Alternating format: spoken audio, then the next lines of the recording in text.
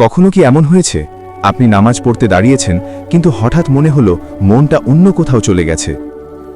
কখনো কি মনে হয়েছে আপনি ভালো কিছু করতে চাইছেন কিন্তু ভেতর থেকে কেউ যেন বলছে এটা পরে করো, এখন দরকার নেই? অথবা কখনো কি মনে হয়েছে আপনি গুনাহ করতে যাচ্ছেন আর ভেতর থেকে একটা আওয়াজ বলছে কিছু হবে না, সবাই তো করে? এই অদৃষ্ট কণ্ঠটাই হলো শয়তানের ফিসফিস। কুরআনে আল্লাহ বলেন, শয়তান মানুষের প্রকাশ্য শত্রু, সে মানুষের হৃদয়ে কুমন্ত্রণা দেয়। আজকের এই ভিডিওতে আমরা জানব শয়তানের ফিসফিস কিভাবে কাজ করে, কেন আমরা তার ফাঁদে পড়ে যাই এবং কিভাবে আমরা শয়তানের ফিসফিস থেকে নিজেকে রক্ষা করতে পারি। প্রথম অংশ, শয়তানের ফিসফিস কিভাবে শুরু হয়। শয়তান কখনো সরাসরি বলে না চলো বড় গুনাহ করি। সে ধীরে ধীরে শুরু করে। প্রথমে সে ছোট একটা চিন্তা দেয়, যেমন আজ নামাজটা পরে পড়লেও হবে, আজ কুরআন না পড়লেও সমস্যা নেই, আজ একটু হারাম জিনিস দেখলে কি হবে। এই ছোট চিন্তাগুলোই ধীরে ধীরে বড় গুনাহের দরজা খুলে দেয়।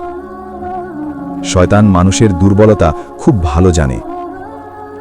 সে জানে কার রাগ বেশি, কার লোভ বেশি, কার অহংকার বেশি, কার নফস দুর্বল। সেই দুর্বল জায়গা দিয়েই সে মানুষের হৃদয়ে প্রবেশ করে। দ্বিতীয় অংশ, শয়তানের সবচেয়ে বড় কৌশল। শয়তানের সবচেয়ে বড় অস্ত্র হল মানুষকে আল্লাহ থেকে দূরে রাখা। সে কখনো সরাসরি মানুষকে কাফির বানাতে পারে না, তাই সে ধীরে ধীরে মানুষকে আল্লাহ থেকে দূরে সরিয়ে দেয়। যেমন নামাজে অলসতা তৈরি করে, কুরআন পড়তে আলসেমি তৈরি করে, দোয়া করতে মন চায় না। একসময় মানুষ বুঝতেই পারে না তার হৃদয় ধীরে ধীরে অন্ধকার হয়ে যাচ্ছে। তৃতীয় অংশ, শয়তান কিভাবে সন্দেহ তৈরি করে। শয়তানের আরেকটি কৌশল হল সন্দেহ তৈরি করা। যেমন আপনি ভালো কাজ করতে চাইছেন, শয়তান বলবে তুমি কি এত ভালো মানুষ? তোমার মতো মানুষ দোয়া করলে কি আল্লাহ কবুল করবেন? তুমি এত গুনাহ করেছ, এখন কি লাভ? এই সন্দেহগুলো মানুষের ঈমান দুর্বল করে দেয়। কিন্তু সত্য হল আল্লাহের রহমত অসীম। মানুষ যত গুনাহই করুক, যদি সে সত্যিকারের তওবা করে তাহলে আল্লাহ তাকে ক্ষমা করেন। চতুর্থ অংশ, শয়তান মানুষকে হতাশ করে। শয়তানের আরেকটা বড় অস্ত্র হল হতাশা।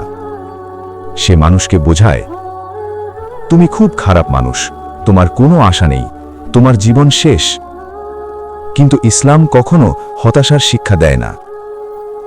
আল্লাহ বলেন, আমার রহমত থেকে নিরাশ হয়ো না, কারণ আল্লাহ সব গুনাহ ক্ষমা করতে পারেন।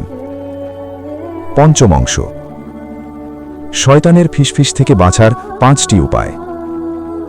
এখন প্রশ্ন হল, আমরা কিভাবে শয়তানের ফিসফিস থেকে বাঁচব?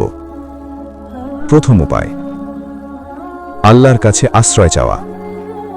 যখন খারাপ চিন্তা আসে বলুন আউযু বিল্লাহি মিনাশ শাইতানির রাজিম।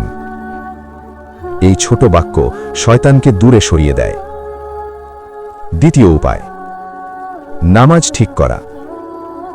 নামাজ মানুষের হৃদয়কে শক্ত করে। যে মানুষ নিয়মিত নামাজ পড়ে, শয়তানের জন্য তাকে প্রভাবিত করা কঠিন হয়ে যায়। তৃতীয় উপায়, কুরআনের সাথে সম্পর্ক তৈরি করা। কুরআন মানুষের হৃদয়কে আলোকিত করে। যে হৃদয়ে কুরআনের আলো থাকে, সেখানে শয়তানের অন্ধকার প্রবেশ করতে পারে না। চতুর্থ উপায়, ভালো পরিবেশ বেছে নেওয়া। মানুষ তার পরিবেশ দ্বারা অনেক প্রভাবিত হয়। ভালো বন্ধু, ভালো পরিবেশ, ইসলামিক আলোচনা, এগুলো মানুষের ঈমান শক্তিশালী করে। পঞ্চম উপায়, সবসময় আল্লাহকে স্মরণ করা। যখন মানুষ আল্লাহকে বেশি স্মরণ করে, তখন শয়তানের সুযোগ কমে যায়। জিকির, দোয়া, ইস্তিগফার, এগুলো মানুষের হৃদয়কে নিরাপদ রাখে। প্রিয় ভাই ও বোন, মনে রাখবেন, শয়তান সব সময় আমাদের সাথে যুদ্ধ করছে, কিন্তু একজন মুমিন কখনো এই যুদ্ধে হার মানে না, কারণ তার সাথে আছে আল্লাহের সাহায্য। যদি আমরা আল্লাহের দিকে ফিরে আসি, নামাজ ঠিক করি, কুরআনের সাথে সম্পর্ক তৈরি করি এবং নিয়মিত দোয়া করি, তাহলে শয়তানের ফিসফিস আমাদের কোনো ক্ষতি করতে পারবে না। আজ থেকেই চেষ্টা করুন আপনার হৃদয়কে আল্লাহের সাথে যুক্ত করতে, কারণ যে হৃদয় আল্লাহের সাথে যুক্ত থাকে সেখানে শয়তানের কোনো জায়গা থাকে না। যদি এই ভিডিওটি আপনার ভালো লাগে তাহলে অবশ্যই ভিডিওটি শেয়ার করুন এবং আরও ইসলামিক রিমাইন্ডার পেতে চ্যানেলটি সাবস্ক্রাইব করুন। আল্লাহ আমাদের সবাইকে শয়তানের ফিসফিস থেকে হেফাজত করুন। আমিন।